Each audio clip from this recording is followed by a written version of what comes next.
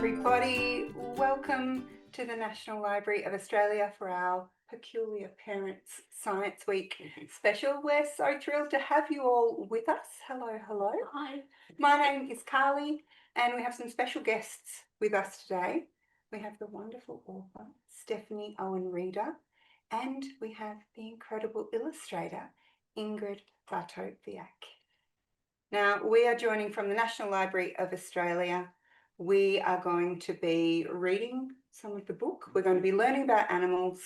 We'll also be improving our drawing with Ingrid and heading across to Mulligans Flat Woodland Sanctuary to meet some very cute furry creatures.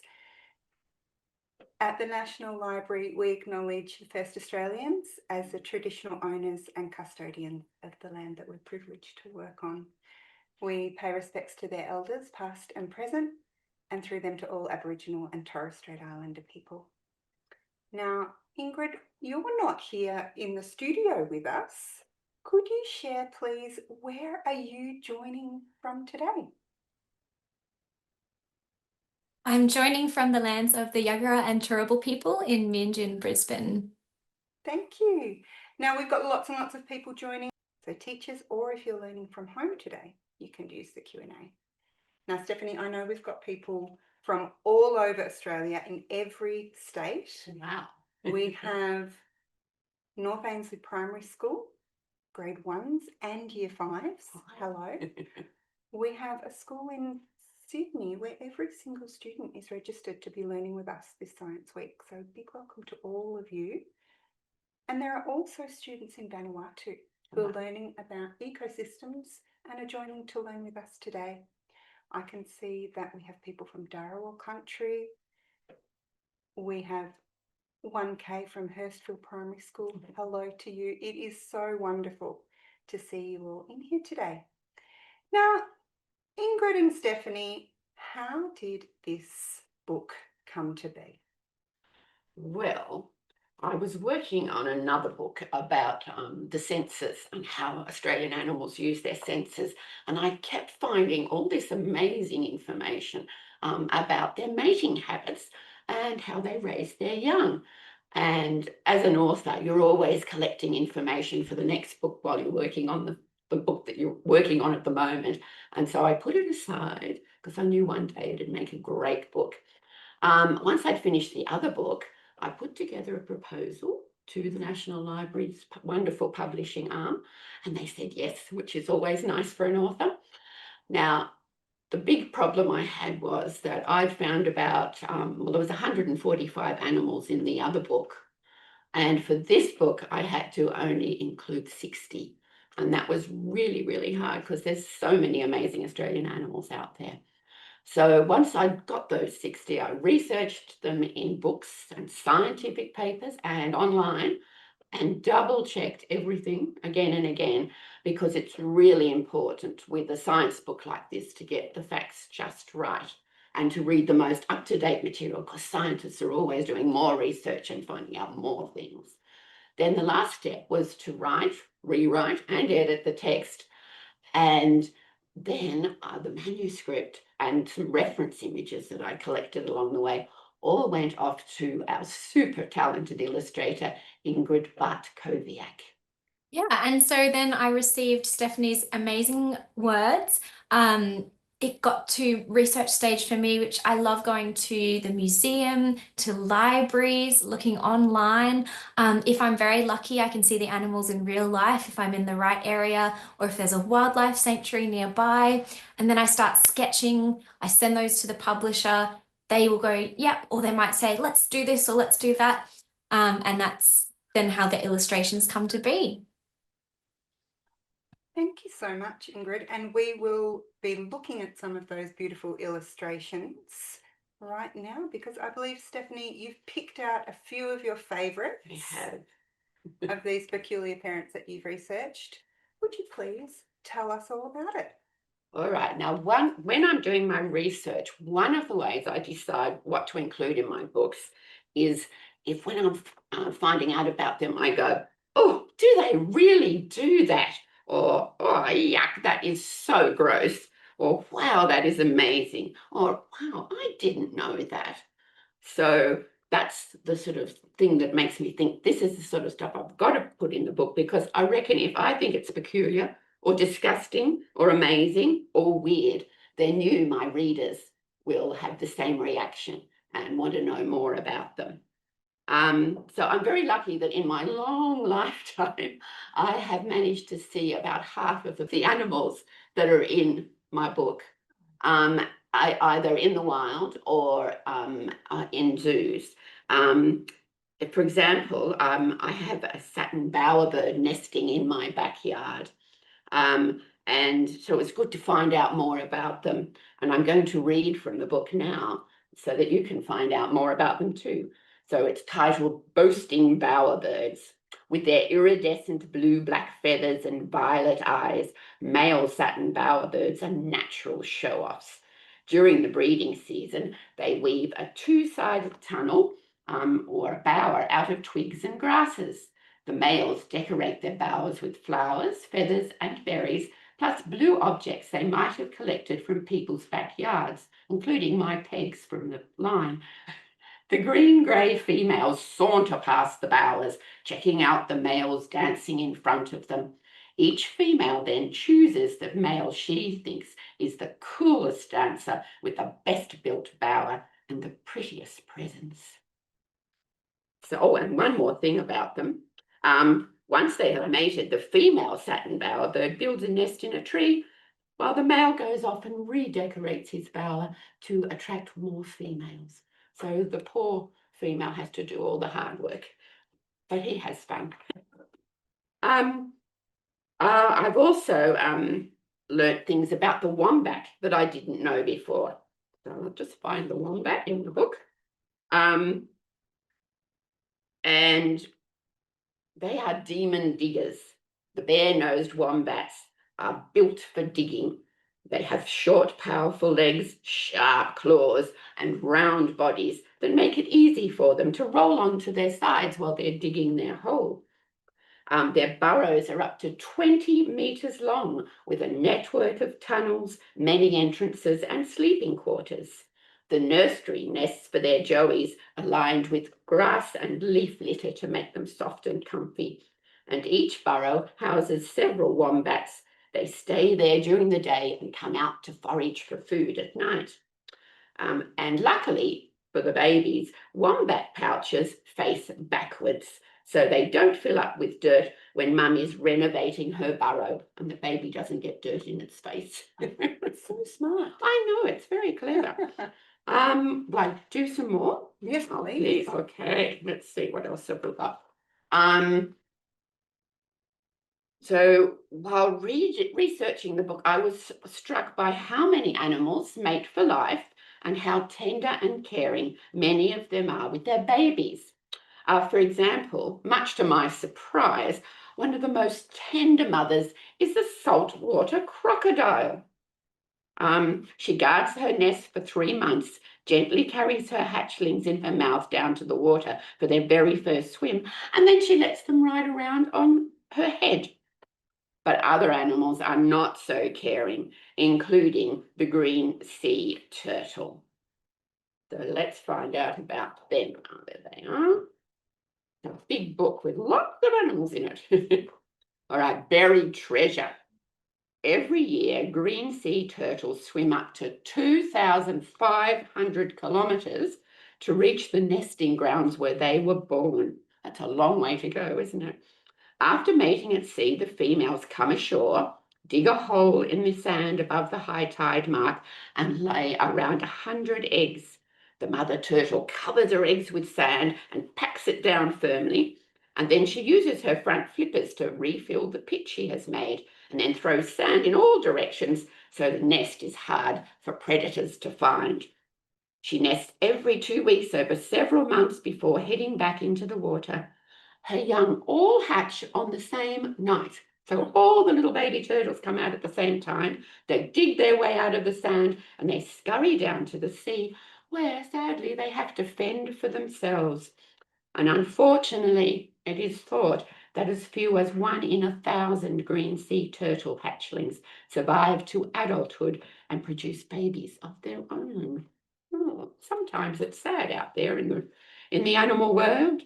And surprisingly, the very cute quokka can be quite ruthless with her baby when confronted by a predator, which is something I didn't know. A month after mating, the female quokka gives birth to just one joey the size of a grain of rice.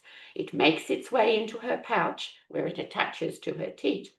The joey stays there safe and snug for about 6 months. Once it's developed fur, it peeks out of the pouch. You can see it looking so cute in Ingrid's illustration there. Nibbles on solid food and smiles at tourists. If a quokka mum with a well-developed baby feels threatened, though, she can relax the muscles in her pouch and her joey topples out. The ejected joey hisses, which distracts the predator, giving the mother and hopefully her baby time to escape. And also, quokka mums, dads and babies appear to be smiling, especially for tourists who all like to get photos of them. But it's just the way their faces happen to be made. The muscles pull the little mouth up and it makes them look like they're smiling. I'm sure the baby isn't smiling when it's thrown out of the pouch. There are lots more peculiar, weird and amazing facts for you to discover in this book. Here's a few of my other favourites. Giant cuttlefish change the colour of their skin to attract a mate. They also have blue blood, 3 hearts, and a big brain. They're apparently very clever. When mating, Australian frogs make lots of weird sounds, including plonking like a banjo. There's one that brooms like a motorbike. There's also one that screams and another that cackles like a wicked witch. And there's even a quacking frog. So listen very carefully at night in the backyard to see what sort of frog you have in your backyard. And one of my other favourites is that the milk of the humpback whale is the consistency of toothpaste. And that's so it doesn't float away in the water while the calf is feeding. Isn't nature clever? It sure is clever. Oh my goodness. Well, I think that students will have a lot of fun finding out more facts in the book Peculiar Parents.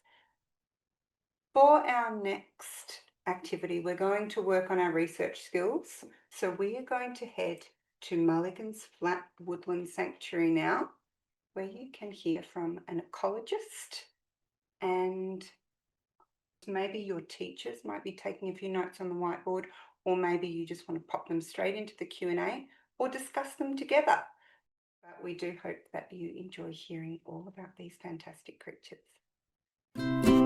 Hi, I'm Dr. Belinda Wilson. I'm an ecologist here at Mulligans Flat Woodland Sanctuary, and I'm working on the Pukila Recovery Project here on Ngunnawal country. Mulligans Flat Woodland Sanctuary is a bit like a national park, but with a big fence around the outside to keep out foxes and cats and keep our native species safe, like the Pukila.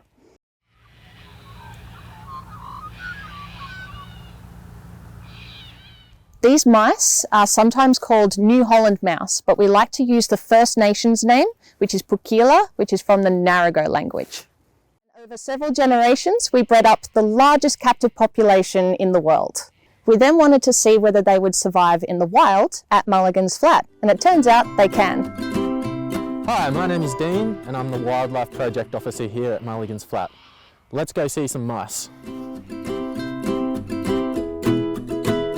Alright, we're just going to open this up.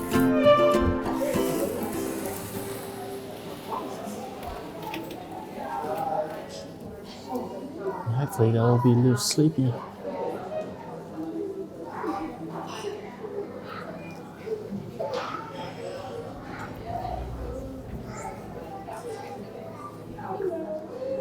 So if you look in their eyes, comparing them to a house mouse, you can see their eyes are much bigger. So, and the house mouse actually has very squinty eyes. They don't actually open up that much, but these guys have much bigger eyes. And also looking at their ears, the ears are a little bit bigger as well. And they also don't smell like a house mouse. They don't have that musky smell. Alright, I'll let you close them up so nice and safe. Cool.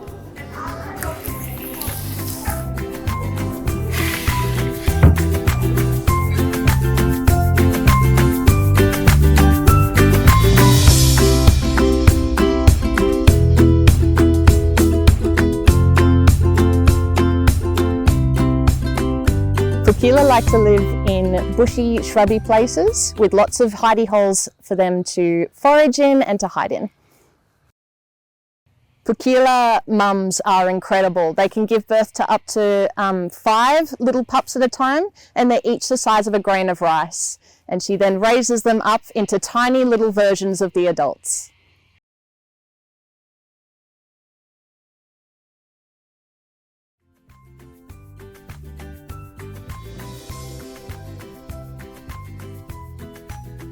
Pukila like to eat a lot of things. They mostly like seeds, so the seeds that you might find on native grasses, but they also will have shoots, so fresh greens, and occasionally they might eat an insect or two. They're like the gardeners of the ecosystem. So they run around, they dig little holes, and they spread around all the little seeds in the bush, and that helps regenerate the bush. We call them little ecosystem engineers.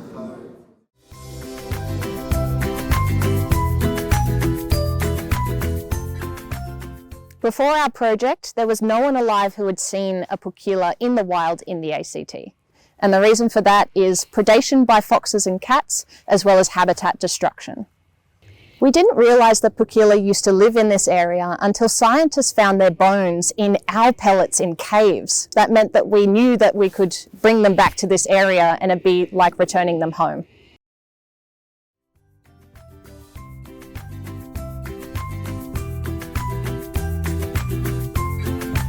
Thanks so much for hanging out with us and learning about the pukila recovery here at Mulligans Flat Woodland Sanctuary.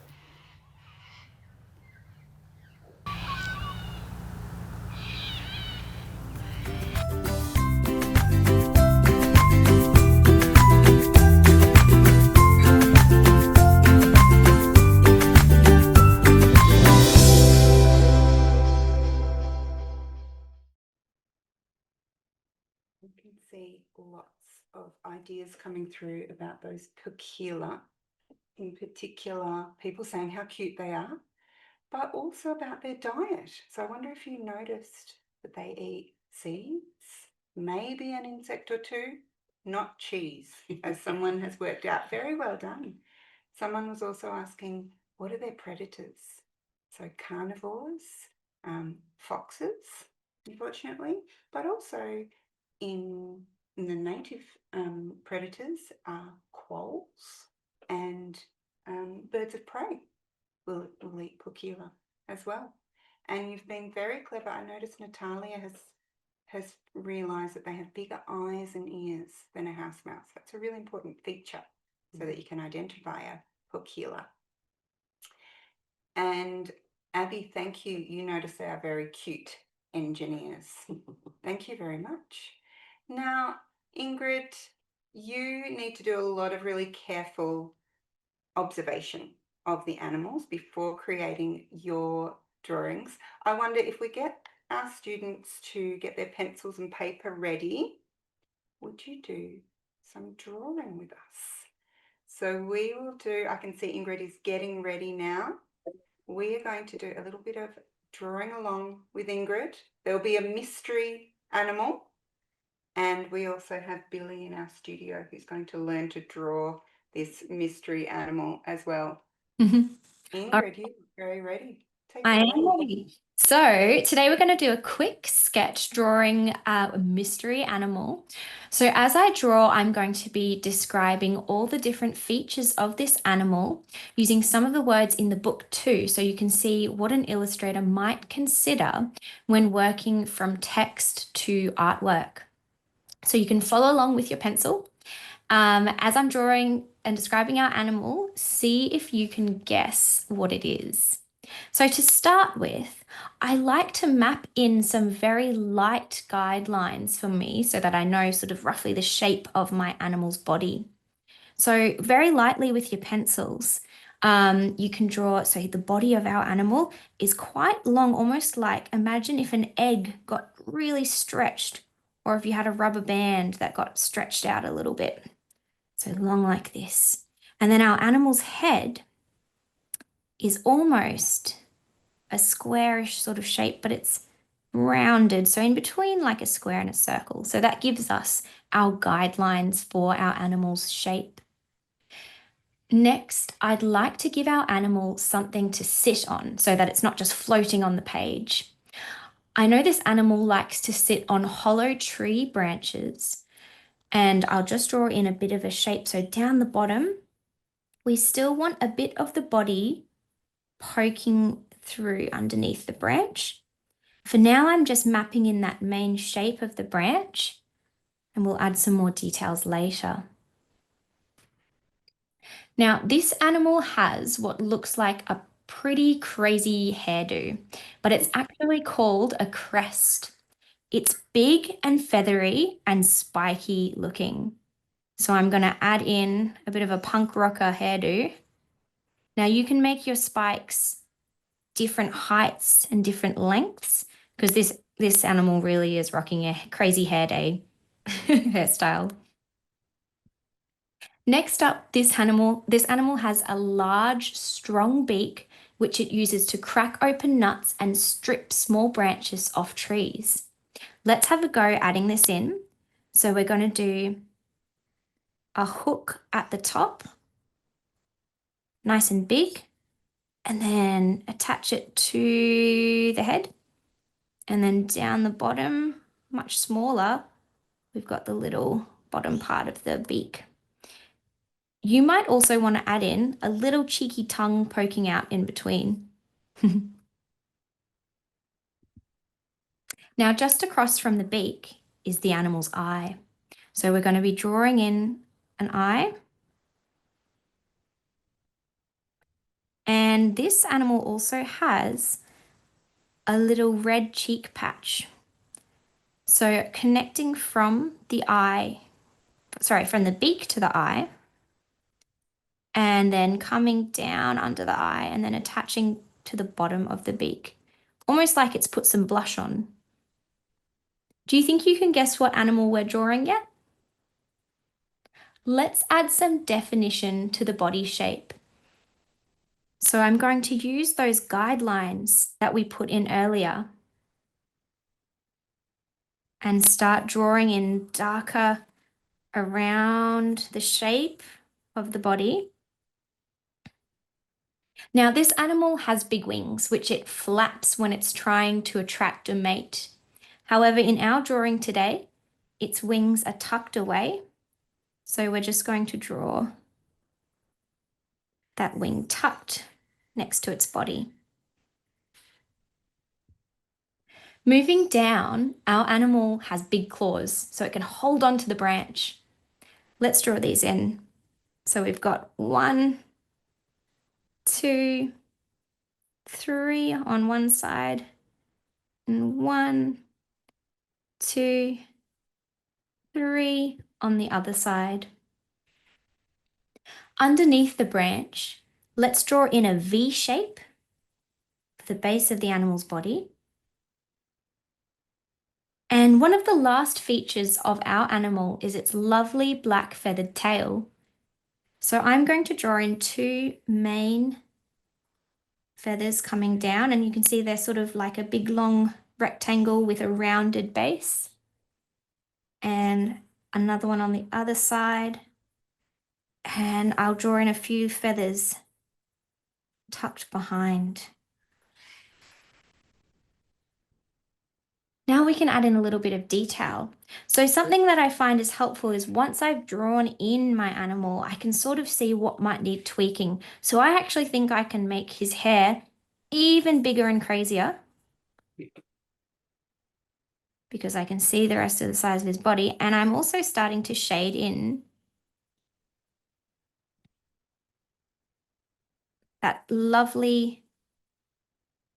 those lovely black feathers that our animal has. And you might also like to add in some more definition to your branch.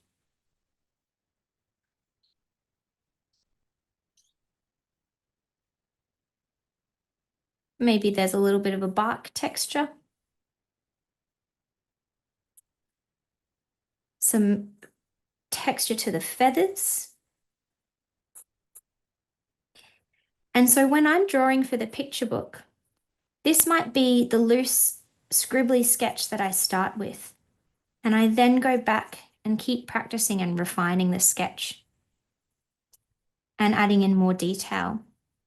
But this is a good way just to get started. We map in those shapes and then we build our animal from that. So have we guessed our animal? It's the palm cockatoo.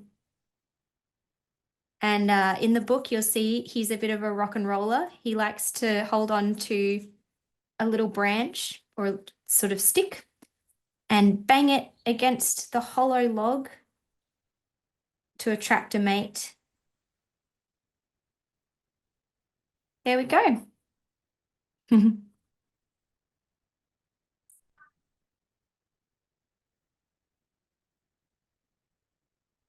Wow. Thank you so much, Ingrid. Look at that palm cockatoo. Billy, can we see your palm cockatoo as well? Beautiful. Wow. Ingrid, I'll let you know that while you were drawing, lots of people in our session were saying that they love drawing too. One of the questions was, how are you so good at drawing? Now, I imagine that you weren't born just being able to draw a realistic palm cockatoo. How did you get so good at drawing? Yeah, no, it's I've always found the drawing part to be the hardest. So I always really liked painting, but I found drawing was a lot harder. And so this book here is actually where I was doing all the sketches for Peculiar Parents. And you can see they start off, here's our cockatoo here. They start off quite scribbly and then they get more defined as I go. So I've just found over the years, the more I practice and the more I look at the animals, the better I get with my observational skills. I still feel like I've got a long way to learn. I still feel like I make mistakes, but it's just about persevering with it because I didn't find drawing easy. Not like my older sisters always read it. So keep practicing and observing. I found it really helpful to go to museums and see, you know, if the size of the animals there. Yeah, all that sort of stuff. And you can see that this is the result that's actually in the book.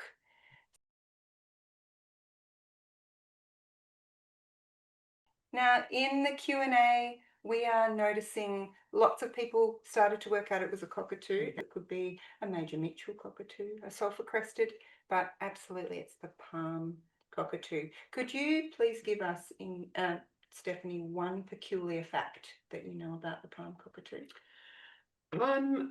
Well, I think they're the rock and roll cockatoos of the world. Are they? The male palm cockatoo, he strips small branches off trees and he uses his incredibly strong beak to shape them into drumsticks. So he actually makes drumsticks. He holds the drumstick in his claw and he beats in a steady rhythm against a hollow tree and he creates his own tune. So each one has its own tune and then the female chooses the one that she thinks is the best drummer. Wow. The most rock and roll and cockatoo of all. Oh, fantastic. They're using music to attract a mate. Attract a mate, Oh, yeah. fantastic. Now we have, Ingrid, I'm going to pop your beautiful pictures away for now. And we are going to hear some fantastic questions. I know that there are a lot of questions. But Ingrid, I just wanted to make sure that you know that a lot of people were really impressed with your use of guidelines, and that was a really terrific thing to see. That's a good way to establish scale, but also to show that you understand the habitat. So using that branch as a guideline also helps show that you've researched the habitat of those animals. Fantastic. And Reese, I think that Ingrid should publish that drawing as well. And so do you know what she did? Excuse me, Stephanie. She has She's published it as well as many, many others in Peculiar Parents. One of the questions that we've had is around other books that you have published. The book that actually started the whole animal thing was a book called Australia's Wild, Weird, Wonderful Weather, which was published by the National Library. And there was a double-page spread in that called Animal Antics. And I did research on how animals, sense changes in the weather and how they cope with, floods and storms and bushfires and things like that. And so that got me interested in, the Australian animals and how they function in their environment. And so since then, I've written Swifty, the Peculiar Parrot, about the endangered swift parrot, Rakali of the Riverbank, about the wonderful Australian native water rat, who is a sort of ecological superstar. And another one called Sensational Australian Animals, which is the one where this one came from, which has 145 Australian animals and how they use their senses. And there's some very weird things in that book. There's weird ones in that one and peculiar ones in this one. So yes, so I think I've got 5 now, all with an animal theme. So I got a bit hooked. It's a great topic. There's so much to learn. We all love animals. Yes, yeah. Thank you for all of these books. Thank you. Okay, so Alan Partridge has a question from 3-4. What is the most interesting animal that you have ever researched for a book? I think one of them was, because there's so many, I've done over 200 animals in those 2 books, but one of the ones I liked was the parrotfish. And the parrotfish obviously lives in the water. It's a very weird looking thing with a beak. It's got teeth, thousands of teeth, all in its mouth and right down its throat. It eats coral, which is really hard. And when the coral comes out the other end, it's sand. And so you could be building a sandcastle with parrotfish poo. Ah. I mean, who knew? Well, now we all do. Well, yes, So that adds another dimension to everything. going to the beach. Thank you. And what about you, Ingrid? What's the most interesting animal that you found to illustrate? Ooh, well, very quickly, I just want to say we recently were up in the Great Barrier Reef and I got to hear the sound the parrotfish make when they're crunching on the coral. Because when you're snorkeling and your ears are under the water, you can kind of hear these. I can't make the sound because I'm not a parrotfish, but no, and we did see a lot of them swimming around. But yeah, but going back to your question, gosh, I don't even know how to choose. They're all so interesting, especially Stephanie's selection. I enjoyed painting things that I probably would never have painted, like the stink bug, and the little babies underneath. Yeah, so I think it was getting to do those unusual things that you wouldn't usually choose. Thank you. From Naps 5NC, which animals eat the baby turtles? Because you mentioned that it's only 1 in 1,000 that generally survive. Yes. So the birds, obviously. So there's birds all come around when the little babies are coming out. And once they get attacked from above and below, because once they get in the water, there's fish that eat them and sharks and whatever else is big enough to eat baby turtles. So yes, it's not surprising that they, a lot, and there's no mummy or daddy around to look after them, very sadly, but that's why mum lays so many eggs, so that there's a chance for some of them to survive and keep on producing more green sea turtles. Fantastic. Thank you. Thank you for people thinking about the creatures that actually live in their own backyard. Many people do have frogs in their backyard. They've seen bowerbirds in their backyards. We might have time for a couple more questions. Stephanie, when did you first publish a book? 1997. It was a book called The Flaming Witch. That's my first children's book. Yeah. So, but most of my books have been published in the last 20 years, and I think I'm up to 30 books now.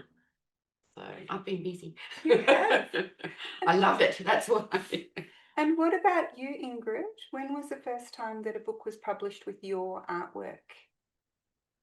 I guess I used to, when I was in primary school, I used to like making books. I don't know if that counts, but my friend and I, she wrote a book and I did illustrations in year 7 and we gave it to our school librarian when we graduated. So I guess that was our first venture into picture books. But there's also Metropolis, which came out a few years ago now.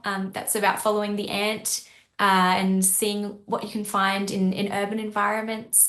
But I'm much newer to this than obviously Stephanie has this wonderful history of books. So it was a really big honor to paint for Stephanie's beautiful words. Aw. Thank you. A lot of young people wonder, they've done their research, they've got a fantastic idea. How long does it actually take to go from that initial idea to getting a beautiful book like this published?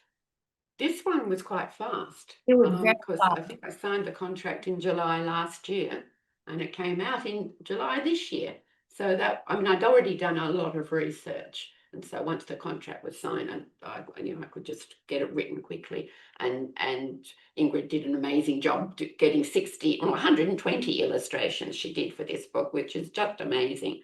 But some of my books have taken 3 years from when I've had the idea to when they've actually come out as a book. So, and when they do it, it's like having a baby. When I get the book from the publisher, the first thing I do is hug it, because you put so much of yourself into writing your book and illustrating it. Yeah, I've never illustrated anything so fast. There was one part of the summer holidays that I was literally having to get a painting done a day to meet the deadline, but it was a good challenge, and I feel like I got faster at painting because of this book. We'll end with this final question for you both. We're thinking about ways to care for these animals that we're learning about. So Natalia has a fantastic question we might end on. Ingrid, we'll start with you. What is your favourite endangered animal that you think we should really look out for? I think, well, interconnected, I guess, is the bogong moth and the mountain pygmy possum. I think it's a really interesting sort of when you think about the way that species are connected. So the bogong moth migrates, and it's the food source for the mountain pygmy possum when it what's the word? Wakes up from hibernation. But yeah, I think that's a really interesting one to look into, and it's in the book as well, the mountain pygmy possum. Yeah. And what about you, Stephanie? We're actually working on a book at the moment about the greater glider, which must be the most cutest of Australian animals ever, because they've got these great big ears that look like teddy bear ears with silk in them, and they're really fluffy, and they have long tails, and when they sit on a branch together they sometimes intertwine their tails, and they are very endangered because they have multiple dens in old growth forests, and they need hollow logs. They can't keep their temperature at the right temperature unless they've got the hollow logs to hide in. And of course there's a lot of logging going on, and their habitat is disappearing, and so they are endangered. So, and they're just so cute. They really are. Well, thank you so much to everyone for joining us. It has been an absolute pleasure to join from the National Library of Australia, and we really hope that you will continue your scientific research, think about ways to observe the features of those animals, but also ways to take care of their habitat. Very They important need to survive. All right, we will say goodbye for now. It has been an absolute joy to have so many people across Australia learning with us. Okay, we'll say goodbye. Bye-bye now. Bye.